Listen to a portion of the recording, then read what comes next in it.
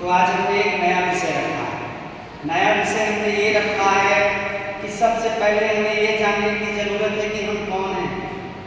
बराबर है ना? हम कौन हैं, कहाँ से आए हैं और हमको कहाँ जाना है, इस विषय में आज हम चर्चा करेंगे। तो सबसे पहले भगवान श्री रामचंद्र जी जब अयोध्या के राजा बने तो प्रभु ने पुरजन उपदेश किया। पुरजन उपदेश का मतलब होता है अयोध्या के समस्त प्रजापुरवासियों को भगवान ने ज्ञान दिया, शिक्षा दिया। वह ज्ञान मैं आज आप लोगों के सामने रखता हूँ। सबसे पहले शब्द भगवान श्री रामचंद्र जी ने कहा है, हरि बड़े भागे मां मुझसे तन पावा, सुर गुर नभ सब ज्ञान नहीं गावा। ये शरीर हमें बड़े भाग्य से मिलता है। ये मनुष्य का शरीर देवताओं के लिए भी दुर्लभ है। देवता लोग तरसते रहते हैं एक क्षण के लिए हमको मनुष्य का शरीर मिल जाए, किंतु उनको भी ये शरीर दुर्लभ है।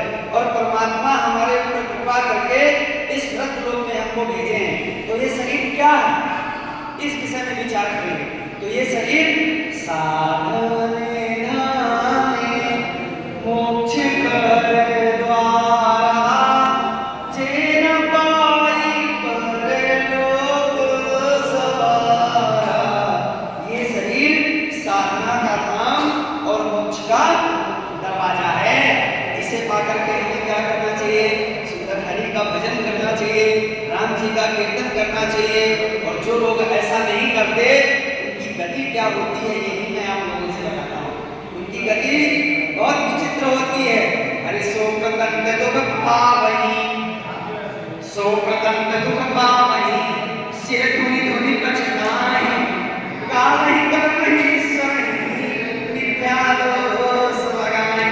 जो लोग मनुष्य का तन पाने के बाद में दुरुपयोग करते हैं, प्रभु का भजन नहीं करते हैं, वो लोग लास्ट में सर पटक पटक कर रोते हैं। लोग बोलते हैं मेरे महाराज मैं बहुत दुखी हूँ, मेरे ऊपर बहुत विपत्ति आ गई है, कुछ तो उपाय करो। अभी महाराज आपके कर्मों को किधर से लेके आए? बराबर है ना? तो वही लोग सर पटक पटक करके रोते हैं तथा काल पर, कर्म पर, ईश्वर पर मिथ्या दोष लगाते हैं। अपने किए हुए कर्मों को नहीं देखते कि हमने क्या किया था जिसका फल आज हमको मिल रहा है। दूसरी बात, ये पहला अध्याय मेरा हुआ, दूसरा अध्याय ये और है। हमें ये जानने की जरूरत है कि एक मनुष्य के शरीर कितने होते हैं। आप लोगों को सब पता है? आप लोगों के शरीर कितने हैं?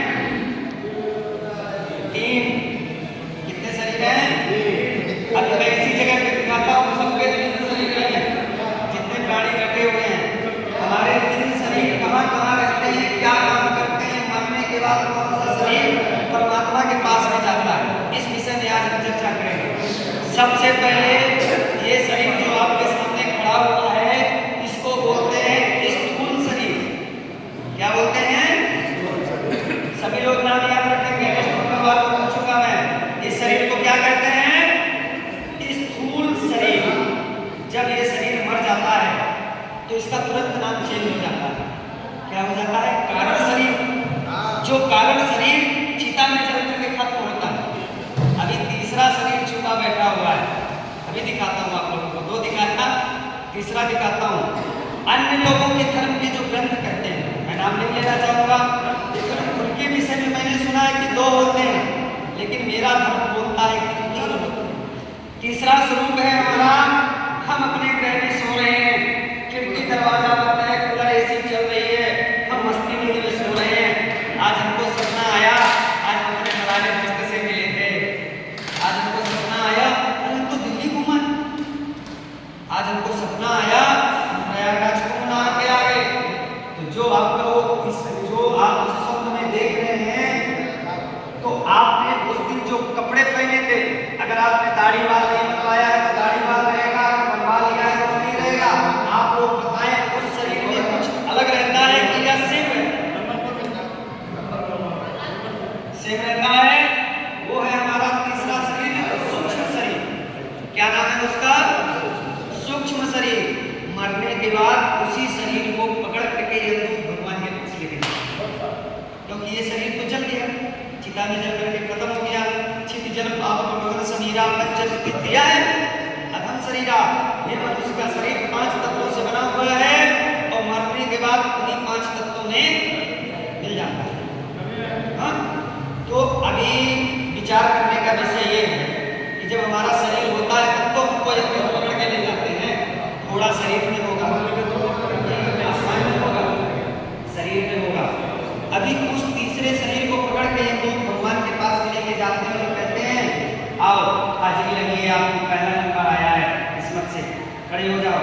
भगवान के सामने एक बहुत बड़ी डिस्प्ले टीवी लगी हुई है, उसमें जब प्राणी सामने जाता है तो उसने जन्म से लेकर के मृत्यु तक क्या क्या कर्म किया हुआ है उसमें सब कुछ दिखाई देता है स्पष्ट रूप से, बराबर है।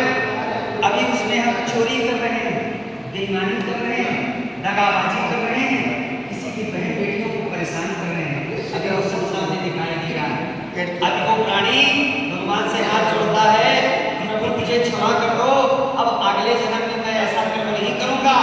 भगवान कहते हैं क्षमा बाद में करेंगे, पहले पिक्चर तो पूरी देख लो। पिक्चर पूरी है, जब पिक्चर पूरी होती है वो किसी से छल कर रहा है, चोरी कर रहा है, बेईमानी कर रहा है, ऐसे कर्मों को कर रहा है, तो भगवान के सामने सब चालू है। जब उसके कर्म पूरे होते हैं तो उसमें से बगल में यमराज महाराज खड़े रहते हैं, भगवान बोलते हैं यमराज जी इसका पुण्य और पाप का वर्णन करो। तो यमराज जी बोले कि प्रभु जी इसका 100 ग्राम पुण्य और 5 किलो पाप आया है, इसका क्या करें? कितना? 100 ग्राम पुण्य और 5 किलो पाप। भगवान बोले पहले क्या भोगोगे? कष्ट भोगोगे कि सुख भोगोगे? वो प्राणी कहता प्रभु पाप मेरा बहुत ज्यादा, पहले मुझे पाप भोगने दो, लास्ट में पाप भोगने के बाद में जो 100 ग्राम मेरा पुण्य है उसके बदले में स्वर्ग का सुख भोगूंगा। उसको भगवान 84 लाख जीवनों में डाल देते हैं। दगाबाजी किया हुआ उसको किसी पृथ्वी पर भोगना पड़ेगा, चोरी कर रहा तो उसके साथ भी वैसे ही होगा, उसने किसी का गला काटा है उसका भी गला कटेगा, उसने किसी का हाथ पैर तोड़ा होगा तो गला मुक्त करके आएगा। ये प्रमाण है वेदों का।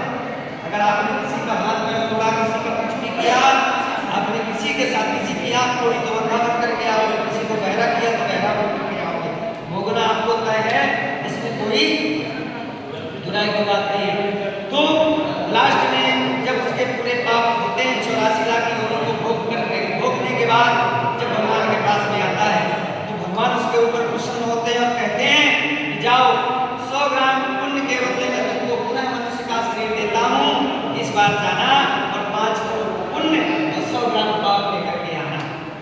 ऐसा हमने सबने प्रभु से तय करके इस प्रकरण में हम लोग आए। मैं तो पढ़ा जानता हूँ, मैंने तो देखा नहीं, मेरे गुरुजी ने जो पढ़ाया मैं वो जानता हूँ।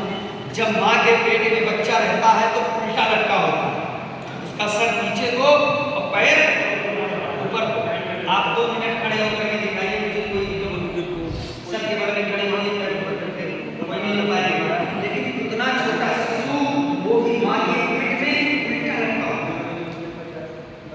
अब देखिए जब ये 4 महीने 5 महीने हो जाते हैं तो माँ को पटाख खाना करने का मन पड़ेगा, बोलेगा टाइट टाइट रोटी, एकदम मजबूत वाली रोटी खाएंगे, अमरूद खाएंगे, मतलब ऐसे कटीला भोजन करेंगे, ऐसे वस्तुओं को खाएंगे। क्यों खाते हैं? इसका भी रीजन है, वो जो पेट में बच्चा होगा उसके कुछ पाप बकाया है जो पेट में पूरे होने हैं। जब माँ कटीला भोजन करती है पेट में जब जाता है तो उस बच्चे के शरीर में सुई की तरह बढ़ता है, जैसे हमको आपको इंजेक्शन लगना है ना, ऐसे वो टाइट भोजन उस बच्चे के शरीर में डर जैसे मारता है और वो बच्चा जिंदा होता है माँ के पेट में। तो माँ क्या सोचती है बच्चा मेरा चल रहा है, हाँ माँ को बहुत आनंद आता है, माँ बोलती बच्चा मेरा घूम रहा है पेट के अंदर, यानी अच्छा माँ ऐसा आनंद लगा। लेकिन ये नहीं सोच पाती कि उसके ऊपर क्या बीत रही है जो शिशु पेट के अंदर पल रहा है। फिर वह प्राणी वह जीव भगवान से तय करता है प्रभु मुझको इस नरक से बाहर निकालो, जब तक जीऊंगा तब तक आपका भजन करूंगा। ऐसा हम सब लोग कह करके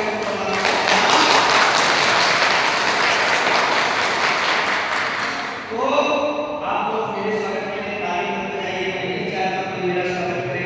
मैं सबका सेवक हूँ, आप लोगों की सेवा करने के लिए यहाँ पर आया हूँ। बस आप लोग प्रभु का भजन करें, किसी की भी बहकावे में मत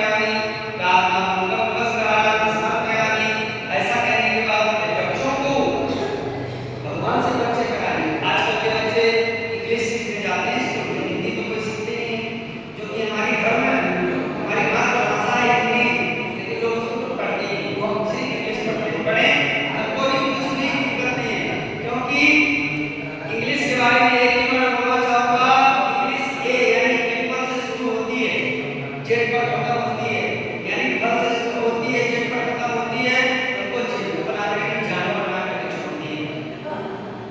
और हिंदी आ अनपढ़ से शुरू होती है और ज्ञानी से समाप्त होती है। अनपढ़ व्यक्ति आ पढ़ने के बाद ज्ञानी तक पढ़ता है तो वो ज्ञानी हो जाता है। क्या बोलेंगे आप? तो बच्चों को भगवान से परिचय कराएं, बताएं उनको ये राम जी है, हनुमान जी है, लक्ष्मण जी है, सीता जी कौन थे, भाई थे, गणपति जी है, शंकर जी, सभी लोग अपने अपने बच्चों को हफ्ते में एक दिन ना हो सके तो महीने में एक दिन दिवाली लेकर के आए, मंदिर लेकर के आए, दर्शन करवाएं, घंटा बजाना सिखाएं, पंडित जी को प्रणाम कराना सिखाएं, भगवान के सामने आदरपूर्वक समझाएं। और इसी पद्धति को लेकर के हमारा राष्ट्र बजरंग दल आगे की ओर चल रहा है और बड़ी तेजी से चल रहा है, क्योंकि धर्म का जो संरक्षक है ना, उसकी गति तो उसका तो डोर भगवान से जब रावण भगवान से युद्ध करने के लिए आया तो रावण बोला, रावण को देख करके नीचे गिर गए, बोले प्रभु जी रावण ये क्या बड़े चल करके आ रहा है और आप पास तो पैर पर डाल नहीं है, आप कैसे जीत पाएंगे? तो भगवान रामचंद्र जी ने क्या कहा?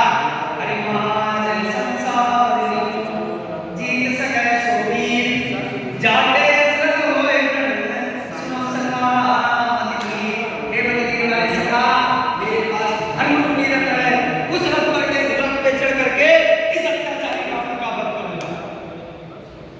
तो हमारा जो राष्ट्रीय बजरंग दल है वो धर्म रूपी रथ है, इसको चलाने वाले हम लोग हैं। तो इस रथ को इतना तेज हाँकना है कि इसकी जो स्पीड है वो दिनों दिन बढ़ती चली जाए।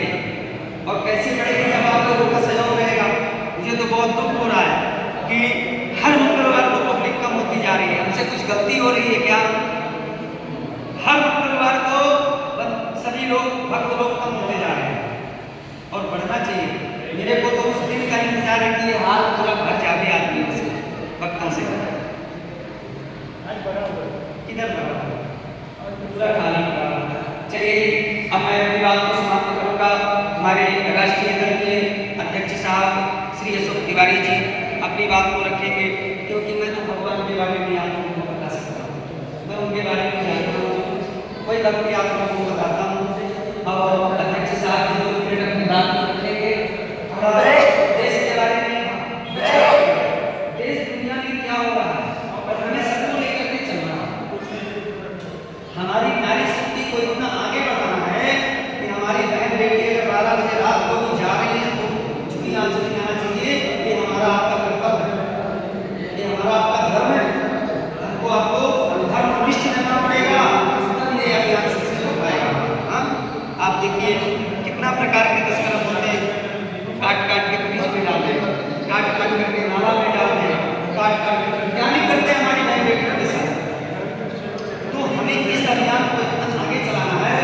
राष्ट्रीय बजरंग दल हमारा इन्हीं कार्यों में काम कर रहा है। हमारी बहन बेटियों की रक्षा के लिए अभियान आगे बढ़ाया जा रहा है। सभी भाइयों के सहयोग से आज हमारा राष्ट्रीय बजरंग दल उलवे में हर काम करने के लिए तैयार है।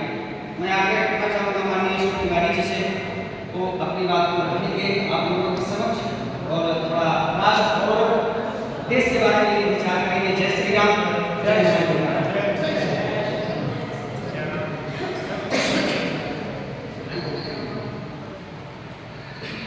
जय श्री राम।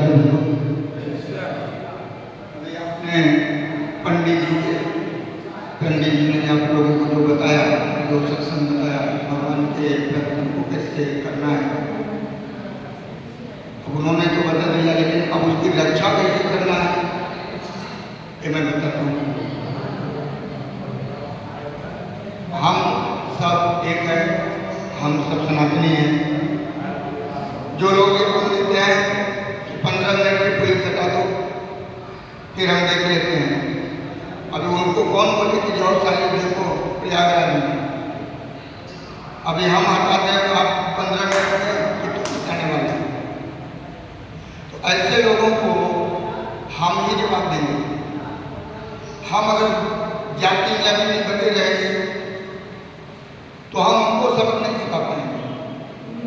तो हमारा जो राष्ट्रीय बजरंग दल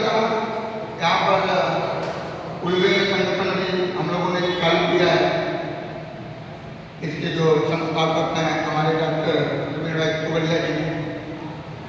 उनका सिर्फ एक ही लक्ष्य है हिंदू राष्ट्र। अगर उनका एक लक्ष्य है हिंदू राष्ट्र तो हमारा भी होना चाहिए कि हमारा भी लक्ष्य एक ही हो हिंदू राष्ट्र।